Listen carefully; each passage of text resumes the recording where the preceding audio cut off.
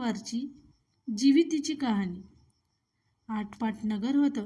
तिथे एक राजा होता. त्या राजाला मुलगा नव्हता. तेव्हा राणीने काय केलं, एका सुईणीला बोलून आणलं.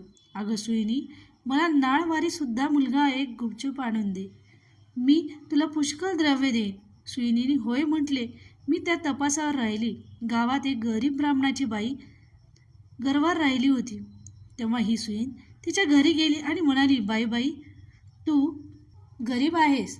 तुझे बाळातपणाचे पोट दुखू लागेल तेव्हा मला कळव. मी तुझी सुई पण फुकट करीन. तसे ती बरं म्हणाली. नंतर ती सुई राणीकडे आली. बाईसाहेब, आपल्या नगरात एक ब्राह्मण बाई गरोदर आहे. लक्षण सर्व मुलाचेच दिसतात. तेव्हा आपल्या घरापासून तर तिथपर्यंत कोणाच काही कळणार नाही असं गुप्त भुयार तयार करावं. आपल्याच काही दिवस गेल्याची अफवा उठवावी. मी तुम्हाला नाळवारीचा मुलगा आणून देईन. असं ऐकल्याबरोबर राणीला मोठा आनंद झाला आणि डोहाळ्याचे सोंग केले. पोट मोठं दिसण्याकरता त्याच्यावर लुगड्याच्या घड्या बांधल्या. भुयार तयार केलं. 9 मास भरतात बाळातपणाची तयारी केली. इकडे ब्राह्मण बाईचे पोट दुखू लागले. सुईणीला बोलवणं आलं. ती ब्राह्मणाच्या घरी आली. बाई, तुझी पहिली खेप. डोळे बांधलेस तर भिणार नाहीस असं सांगून तिचे डोळे बांधले. ती बाळातीन झाली. मुलगा झाला.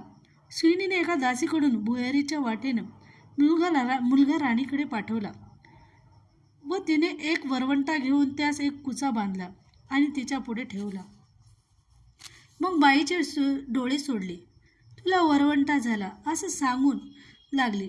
तिने नशिबाला बोल लावले. मनामध्ये दुःख झालं. सुईण निघून राजवाड्यात गेली. राणीसाहेब बाळातीन झाल्याची बातमी पसरली. मुलाचे कोड कौतुक होऊ लागले. इकडे ब्राह्मणबाईने नेम धरला. श्रावण मासी दर शुक्रवारी जीविताची पूजा करावी आणि नमस्कार करून म्हणावं की जे जीविती आई मातेत जिथे माझं बाळा असेल तिथं खुशाल असो असं म्हणून तिनं तांदूळ उडवावे. ते या मुलाच्या डोक्यावर पडावे. राजपुत्र मोठा झाला.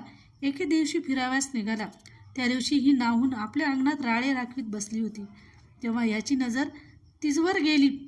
हा मोहित झाला व रात्री हिची भेट द्यावायची म्हणून त्याने निश्चय केला. रात्री हिच्या घरी आला. दारात गाय वासरू बांधलं होतं. चालता चालता राजपुत्राचा पाय वासराच्या शेपटावर पडला. वासराला वाचा फुटली. ते आपल्या आईस म्हणाले, कोण्या पाप्याने माझ्या शेपटावर पाय दिला. तेव्हा ती म्हणाली, जो आपल्या आईकडे जावयास भीत नाही तो तुझ्या शेपटावर पाय द्यावयास भिईल काय. हे ऐकून राजपुत्र मागं परतला. आपल्या आईपासून काशीत जाण्याची परवानगी घेतली. काशी क्षेत्रास निघाला. जाता जाता एका ब्राह्मणाची इथं उतरला. त्या ब्राह्मणाची मुलं 5वी आणि 6वीच्या दिवशी जात असत. राजा आला. त्या दिवशी चमत्कार झाला. 5वीचा दिवस होता. राजा दारात निजला होता. 6वी रात्री आली. म्हणू लागली, कोण ग मेलं वाटेत पसरलं आहे. ज्योतीने उत्तर दिलं, अगं माझं ते नवसाचं बाळ जिवंत आहे. मी काही त्याला ओलांडू देणार नाही. मुलगा आज जाणार म्हणून त्या मुलाचे आईबाप चिंता करीत बसले होते. त्यांनी हा संवाद ऐकला. इतक्यात उत्तर रात्र झाल्यावर 6वी व जीवती आपल्या रस्त्याने निघून गेल्या. उजडल्यावर ब्राह्मणाने येऊन राजाचे पाय धरले. तुमच्यामुळेच आमचा मुलगा जगला.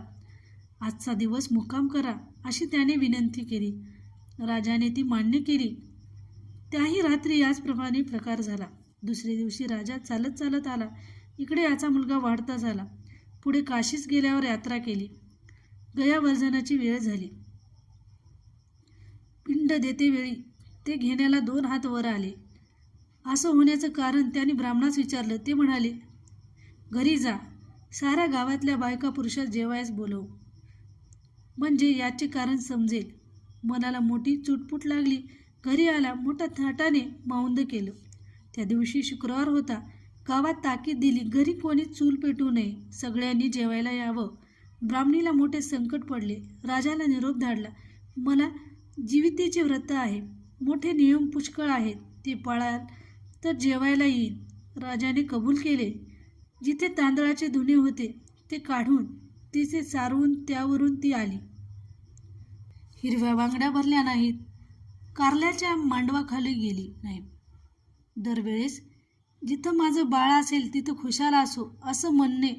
पुढे पाने वाढली. मोठा थाट जमला. राजाने तूप वाढण्यास घेतलं. वाढता वाढता ही ज्या पंक्तीला बसली होती तिथे आला. तूप वाढू लागला. ईश्वरी चमत्कार झाला. 22 पाना फुटला. स्तनातून दुधाच्या धारात फुटल्या. त्या याच्या तोंडात उडाल्या. तो हातची तपेली ठेवून रुसून निजला. काही केल्या उठानं. तेव्हा आई गेली. त्याची समजूत करू लागली. तो म्हणाला, असं होण्याचे कारण काय? तिने सांगितले की ती तुझी खरी आई, मी तुझी मानलेली आई, असं म्हणून तिने सर्व हकीकत सांगितली. नंतर भोजनाचा समारंभ झाला. पुढे त्याने आपल्या आईबापास राजवाडा नजीक मोठा वाडा बांधून देऊन त्यात सुद्धा आपण राज्य करू लागला. तर जशी तिला जीवती प्रसन्न झाली तशी तुम्हा आम्हाला हो ही साठा उत्तराची कहाणी पाचा उत्तरी सुपूळ